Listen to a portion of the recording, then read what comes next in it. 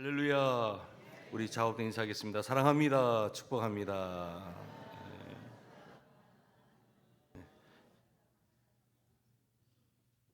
다시 한번 인사합니다. 성도님이 계셔서 참 행복합니다.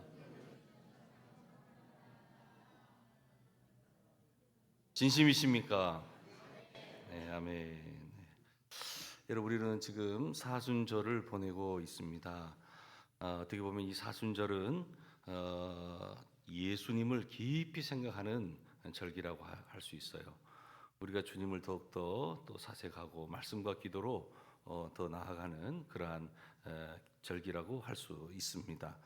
여러분, 예수님께서 걸어가신 삶의 발자취, 또 주님께서 이 땅에 오셔서 십자가 지시고자 모든 것들을 다 내려놓으시고 죽기까지 복종하셨던 그 주님을 우리가 이 사순절기에 또 만나기를 원합니다. 우리 역시도 영적 순례의 여정이 있기를 원합니다. 은혜롭고 또 뜻깊은 시간들을 꼭 보내시기를 바랍니다. 여러분, 웃는 사람 옆에 있으면 같이 웃게 돼요. 하품하는 사람이 있으면 또 나도 모르게 하품이 나와요. 그래서 어떨 때 보면요, 설교를 열심히 하는데 입을 크게 벌려 하품하는 사람이 있어요. 그러면 저는 어떻게 했어요?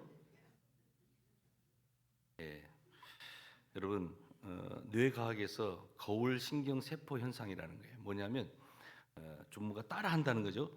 우리가 옆에서 누구를 만나고 또 내가 누구와 함께 하느냐에 따라서 나도 모르게 뭔가 이렇게 좀 닮아가는 것이 있어요. 그래서 여러분, 그 오래된 부부들 봐보세요. 얼굴들이 어때요? 비슷하지요. 그렇죠? 예. 우리 주한교회 성도님들은 다 얼굴이 비슷해요. 왜 비슷한지 알아요? 누구를 바라보기 때문에? 우리 주님 바라보기 때문에. 할렐루야. 예. 얼굴에 평안함 있기를 축복합니다. 예. 그래서 우리가 예수님을 자꾸 이렇게 묵상하는 거예요. 나도 모르게 예수님을 조금씩 닮아가는 거예요. 왜 우리가 하나님의 말씀을 늘 가까이 해야 되느냐? 여러분, 자꾸만 세상적인 것으로 우리의 속을 채우게 되면 사람이 자꾸만 세속적인 사람이 돼버려요. 그런데 내가 말씀을 자꾸만 심령 가운데 채우게 되고 또 그 말씀 붙잡고 내가 기도하며 나가게 될 때 나의 삶이 예수님 닮아가는 삶이 되더라는 거예요. 오늘도 주님께서는 우리를 작은 제자로서 살아갈 수 있도록 오늘 우리를 부르신 줄로 믿습니다. 여러분, 자녀를 키우고 여행을 다니며 또 여유 있는 삶을 살았던 어느 집사님이 계셨어요. 제가 안수를 받고 사역에 있었던 30대 초반에 서울에서 목회했었던 그 교회인데, 그 교회 어느 집사님께서 암 투병을 하셨어요. 그런데 그 집사님 신방하면서 하시는 말씀이, 목사님, 제가 참 많은 것을 뉘우치고 있습니다.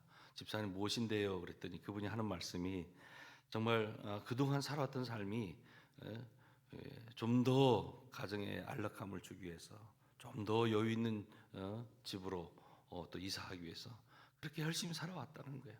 자녀들 좋은 대학 보내고 또 남편 승진하고 좀 더 우리 집에 어떤 그 여유로움을 갖기 위해서 그렇게 살아왔다는 거예요. 근데 내가 이제 막상 이렇게 암으로 말미암아 투병하고 있으면서 참 많은 깨달음이 있고 후회하게 되더라는 거예요. 남편 되시는 분은 정경련에서 아주 고위직에 있었던 분이세요. 기업 총수들을 상대하면서 상당히 잘 살았던 분이세요. 여러분, 어떻게 보면 우리 오늘의 모습도 어떻게 보면 별반 다르지 않을 것입니다. 더 많은 돈, 더 많은 실력, 더 많은 건강, 더 높은 지위, 더 넓은 아파트를 얻기 위해서 분주히 살아가는 오늘 우리의 모습. 근데 바울 사도는 오늘 우리들을 향하여 뭐라고 말씀하고 있습니까? 예수의 마음을 품으라. 그래서 예수님의 마음을 품으라는 거예요. 여러분, NIV 영어 성경에 보면 너의 마음 자세가 예수님의 마음 자세와 같도록 해야 한다라고 번역이 되어 있어요. 예수님의 마음을 품어라. 너의 마음의 자세가 예수님의 마음의 자세와 좀 같도록 해야 된다는 것이죠. 그러면서 예수님은 어떤 마음으로 사셨어요? 오늘 본문 6절과 7절에 보았더니 그는 근본 하나님의 본체시나 하나님과 동등됨을 취할 것이 아니요 취할 것으로 여기지 아니하시고 오직 자기를 비워 종의 형체를 가지사 사람과 같이 되셨다라고 말씀하고 계세요.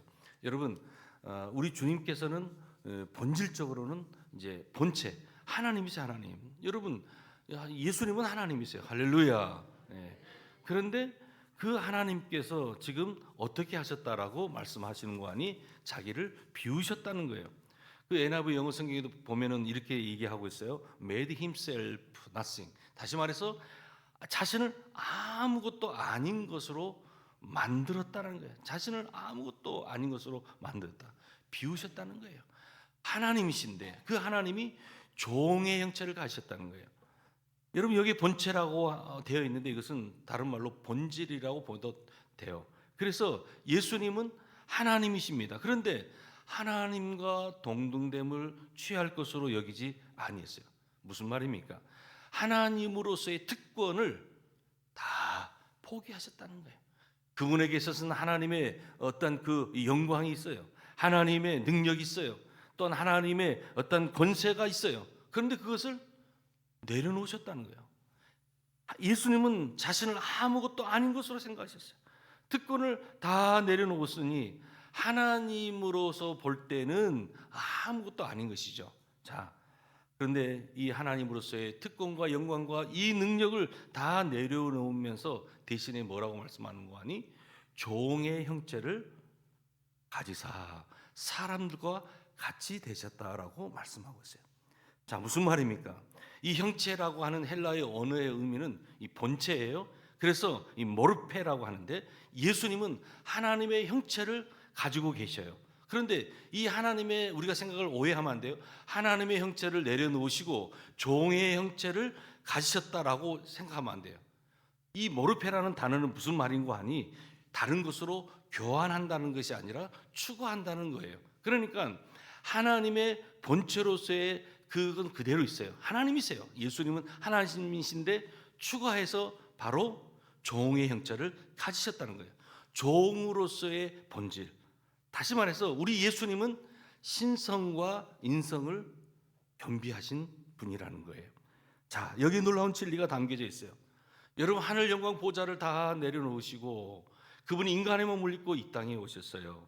하나님의 본체와 종의 본체를 지금 그분은 동시에 가지셨어요. 그리고 그 예수님께서 사람이 되셔서 이 땅에 오셨다는 거예요. 왜 오셨습니까? 오늘 저와 여러분의 그 죄를 대신 져주시고자 우리들을 대신해서 대속물로 십자가 지시고 우리를 구원해 주시고자 오셨다는 거예요. 그뿐만 아니라 우리에게 새 생명을 주시고 더 풍성하게 하시려고 우리 주님이 이 땅에 오셨다라고 하셨어요. 할렐루야. 다시 말씀드리면 가장 높으신 분이 지금 가장 낮은 사람이 되셨다는 거예요. 역으로 말씀드리면 가장 지금 낮은 종이 가장 높으신 지금 하나님이시라는 거예요. 예수님은 늘 자신을 스스로 종으로 인식하며 살아갔다는 거예요. 여러분, 우리 신앙인들도 마찬가지예요. 내가 나를 누구로 인식하며 살아가고 있느냐, 자신의 이 아이덴티티 정체성을 가지고 살아가는 것이 필요해요. 여러분, 먼저 나는 하나님의 구원받은 자녀임을 여러분 입술로 고백하시기를 바랍니다. 하루에 일어나셔도 다른 거 하지 마세요. 주님, 내가 하나님의 은혜로 자녀됨을 감사합니다. 이 자녀됨의 신분을 잘 지키게 주시옵소서. 우리 주님께서도 늘 자신을 종으로 인식하며 살아가셨어요. 그리고 당신의 사명이 있었어요. 그것은 바로 십자가 지시는 거였어요. 단 한순간도 그것을 잊지 않으셨어요. 여러분, 오늘 우리들도 마찬가지예요. 오늘 우리들도 주님을 따라가는 작은 제자로서 항상 우리가 기억해야 될 것은 내게 사명이 있다는 거예요. 작은 예수로서의 내가 짊어져야 될 십자가가 있다는 거예요. 나는 자녀의 신분이 있으면서 이제는 그 주님을 만난, 그 인격적인 주님을 만난 그 벅찬 감격, 그리고 내게 있는 그 사명이 있음을 가지고 하늘 비전을 향해서 우리가 살아가야 된다는 것입니다. 여러분, 로마 시대에 정치가 있던 키케로라는 사람이 있어요. 그 키케로라는 사람이 살면서 정말 어려운 일, 가장 어려운 일 세 가지가 있다고 얘기해요. 그 중에 하나가 무엇인가 하니 비밀을 지키는 거. 이 비밀을 지키는 것이 어렵다는 거예요. 어떤 분은요, 오늘 같이 약속해놓고 10분도 안 가요. 다 떠벌리면서 다니는 거예요.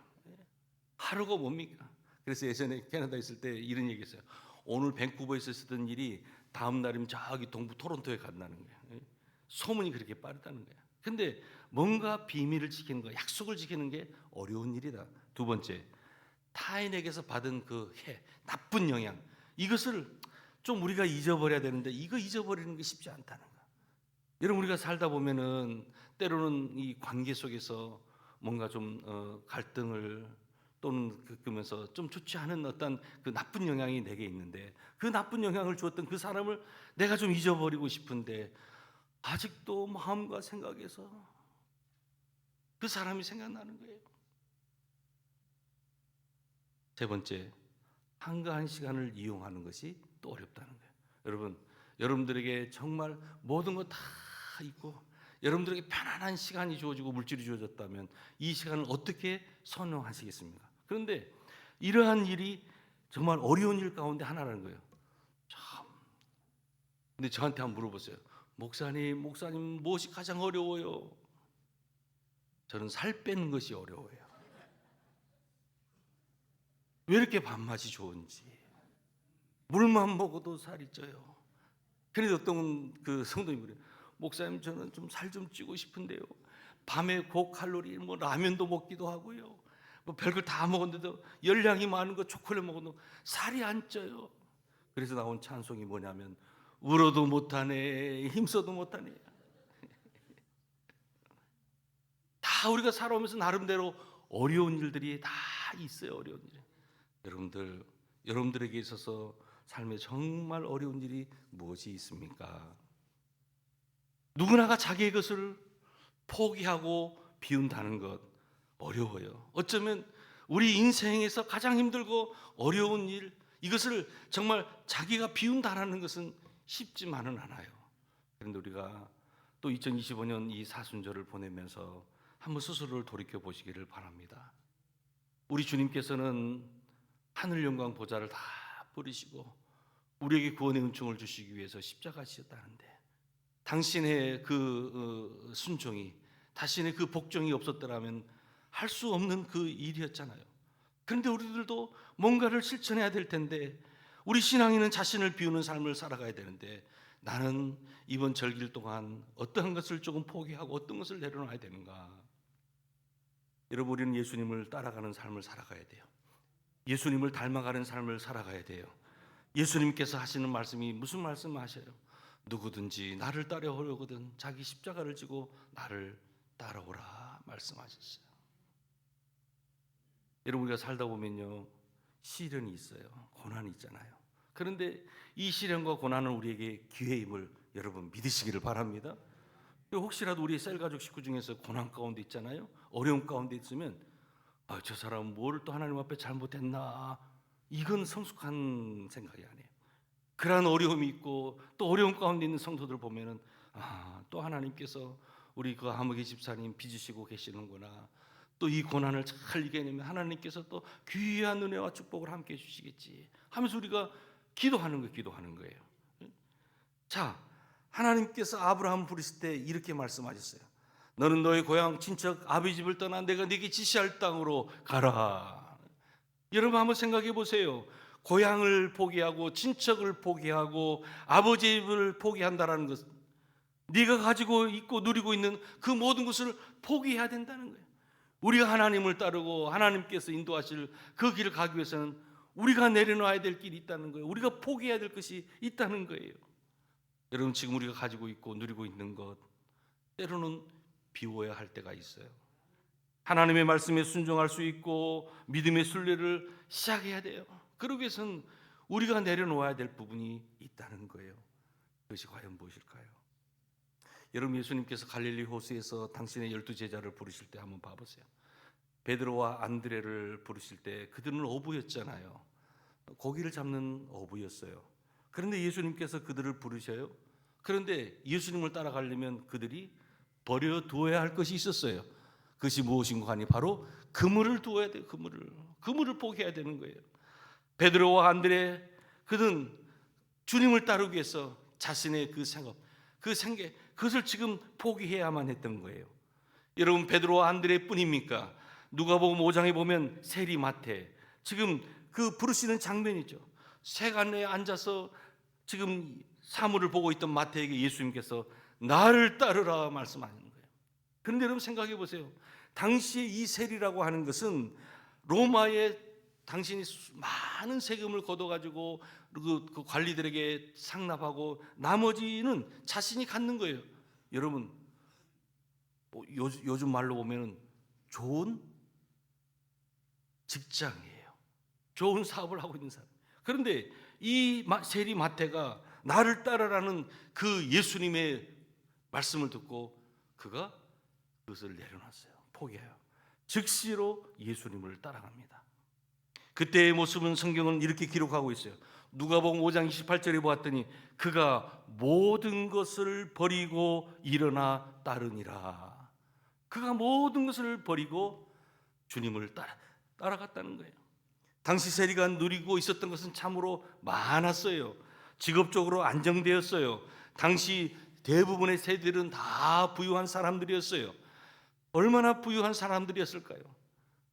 그런데 주님께서 부르셨을 때 그것을 포기하고 주님을 따라갔다라고 하는 거예요. 지금 삶의 편안함, 지금 그 삶의 안락함, 그 모두를 포기했다라고 하는 거예요. 여러분, 예수님은 우리에게만 포기하고 비우라고 말씀하지 않으셨어요. 오늘 성경 본문 다음 8절에도 보면은 예수님께서는 죽기까지 십자가에 복종하셨어요. 십자가를 졌다는 거예요. 종의 형체를 가지시고 그분은 지금 예수님 하나님이신데 인간의 몸을 입고 와서 당신이 이제 죽기까지 복종하셨다는 거예요. 자기를 비우셨던 우리 주님. 그러면 여러분, 왜 예수님은 하나님으로서 자기가 가진 모든 것을 포기하셨습니까?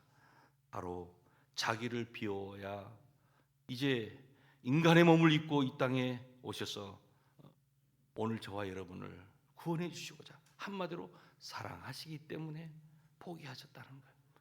여러분, 우리가 관계 속에서도 누군가를 마음으로 진심으로 사랑하고 진심으로 그를 위한다면요, 때로는 내가 포기해야 될 것들이 있지 않겠어요?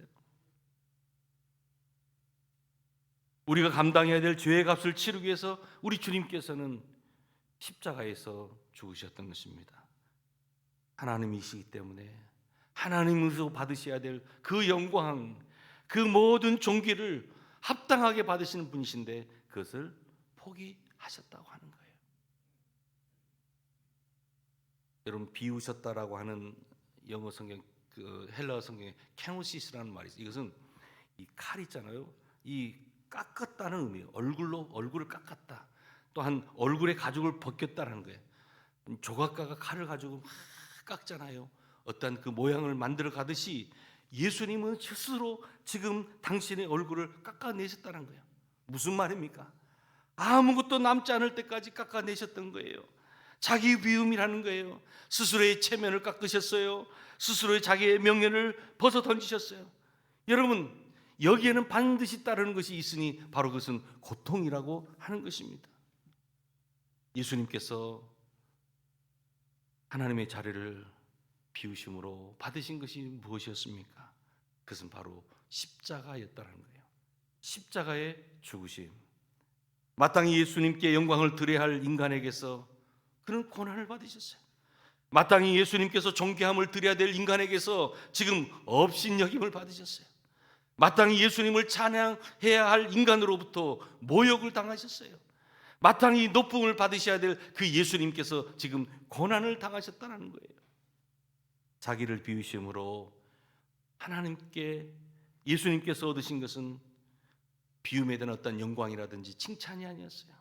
비우심에 대한 어떤 찬양이 아니었어요. 그것은 바로 고난이었고 멸시였고 또한 모욕을 당하셨다는 거예요. 그래서 자기를 비운다라는 것은 쉬운 일이 아니에요. 쉬운 일이 아니에요. 자기를 비움으로 그곳에 영광이 채워지고 자기를 비움으로 그곳에 사람들의 칭찬으로 채워진다면 비운다는 것은 결코 어려운 일이 아니에요. 자기를 비움으로 고난을 당하고 자기를 비움으로 사람들에게 멸시를 당하고 자기를 비움으로 업신여김을 당하게 된다는 거예요. 그럴 때 그런 줄 알면서도 그 자리를 내려가는 것이 바로 자기 비움이라고 하는 거예요. 자기 비움이라는 거예요. 여러분, 그것이 바로 오늘 저와 여러분이 걸어가야 될 십자가의 길인 줄 믿습니다. 여러분 생각해 보셨어요?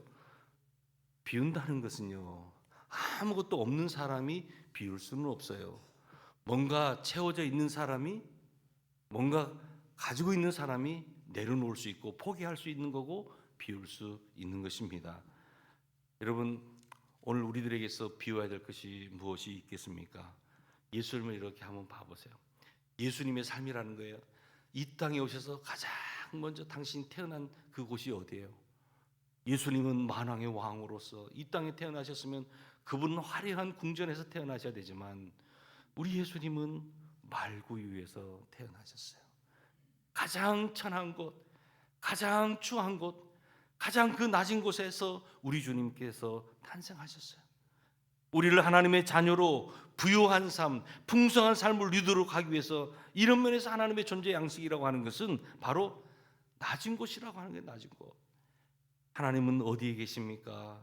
낮은 곳에 계세요. 하나님은 어디에 계십니까? 천한 곳에 계신 거예요. 여러분, 노자의 도덕경에 보면 상선약수라는 말이 있어요. 무슨 말입니까? 지극히 선한 것은 뭐와 같다? 물과 같다라는 거예요. 여러분, 지극히 선한 것이 인류에 뭐가 존재하겠어요? 오직 한 분, 예수 그리스도. 그분만이 지극히 선한 분이신 줄로 믿습니다. 예수님은 물과 같이 항상 낮은 곳으로 임하셨어요. 여러분, 지금도 하늘의 은혜라고 하는 것은 낮은 곳에 임하는 줄로 믿으시기를 바랍니다. 여러분, 아동문학가이면서 교육자였던 이효독 선생께서 엮으신 나도 쓸모 있을 것이라는 책을 이제 엮어서 어린아이들, 초등학생들이 쓴 책을 모아서 그 소위 시집을 냈어요. 그런데 이 초등학생이 쓴 시 가운데 하나가 뭐냐면 신이라고 하는 거예요. 신. 이 신이 뭐냐면 여러분들 지금 신발 신고 있죠? 그 신이에요. 신. 신에 대한 시를 썼는데 간단해요. 들어보세요. 신은 장사다. 사람을 든다. 박해가지고 깨달음도 없고. 여러분 봐보세요. 신은 장사다.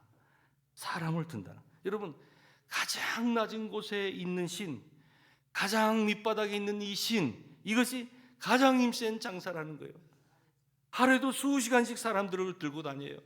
신을 장사로 보는 이 어린아이의 눈에 여러분 얼마나 아름다워요. 순수해요.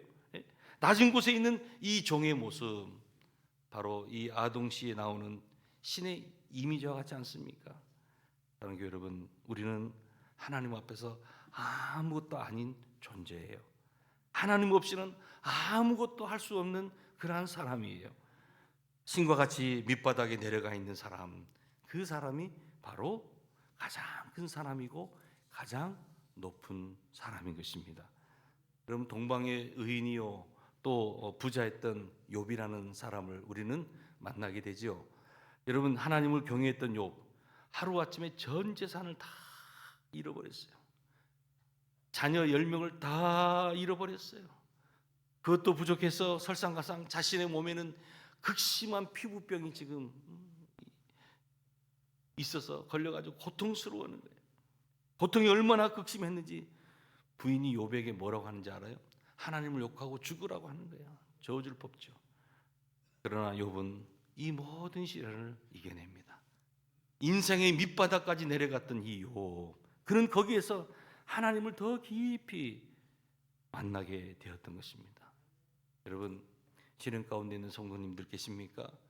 지금도 내가 고난이라는 어둠의 터널을 지나가는 성도님들 계십니까? 이때가 더욱더 주님을 더 깊이 만나는 때임을 기억하시기를 바랍니다. 시련은 우리에게 위기가 된다는 사실을 기억하시기를 바랍니다.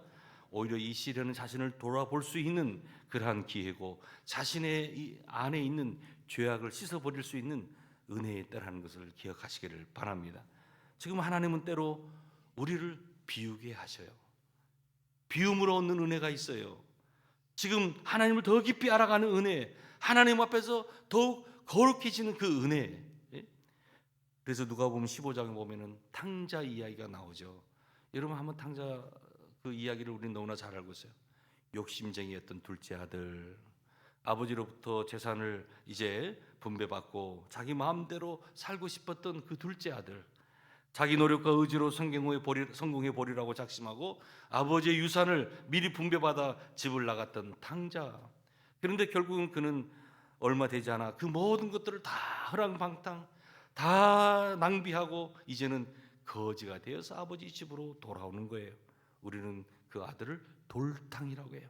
돌아온 탕자. 돌아온 탕자의 줄임말이 뭐라고요? 돌탕.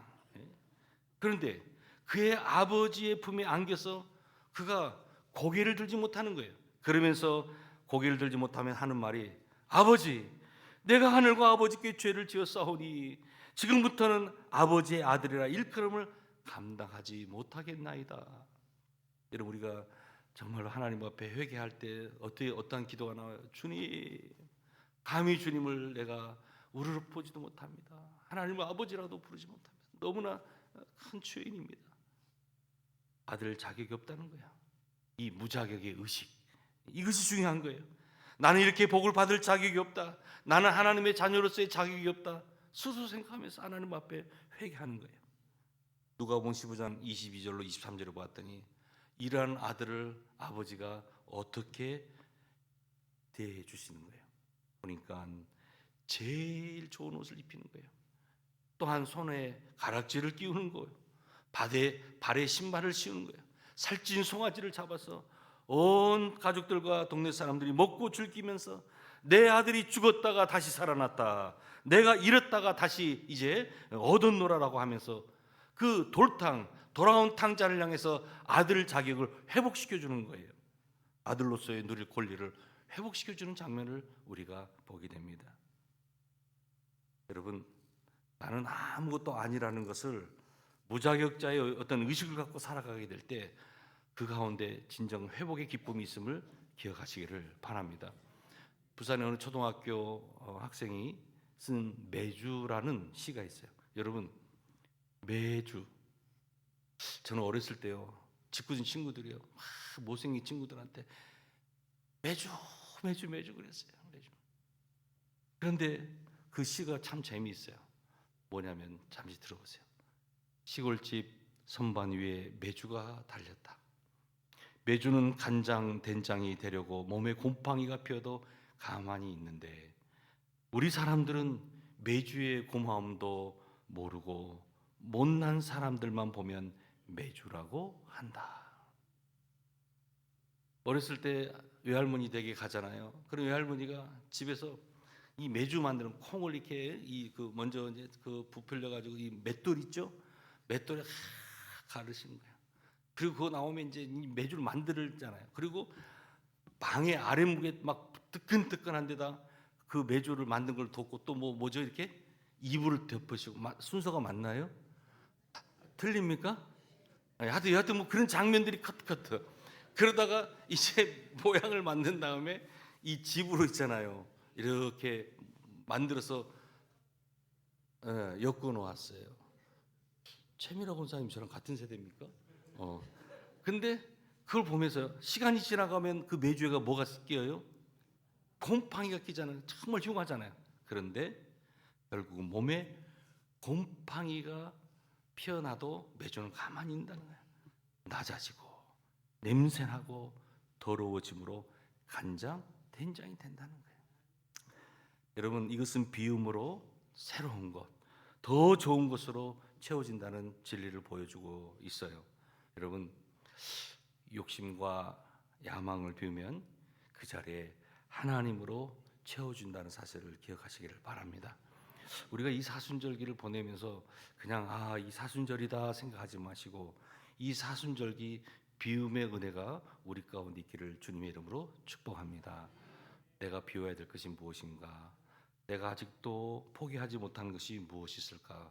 바울 사도는 그 진리를 이렇게 표현해요. 갈라디아서 2장 20절에 내가 그리스도와 함께 십자가에 못 박혔나니 그런즉 이제는 내가 산 것이 아니요 오직 내 안에 그리스도께서 사신 것이라. 이제 내가 육체 가운데 사는 것은 나를 사랑하사 나를 위하여 자기 몸을 버리신 하나님의 아들을 믿는 믿음 안에서 사는 것이라. 할렐루야. 여러분, 내가 죽어야 내 안에 예수님께서 사신다는 거예요. 내려가면 올라갈 수 있습니다. 낮아지면 하나님께서 높여주실 거예요. 버려야지만 우리는 얻을 수가 있는 거예요. 부디 이 사순절기 비움의 은혜가 있기를 주님의 이름으로 축복합니다.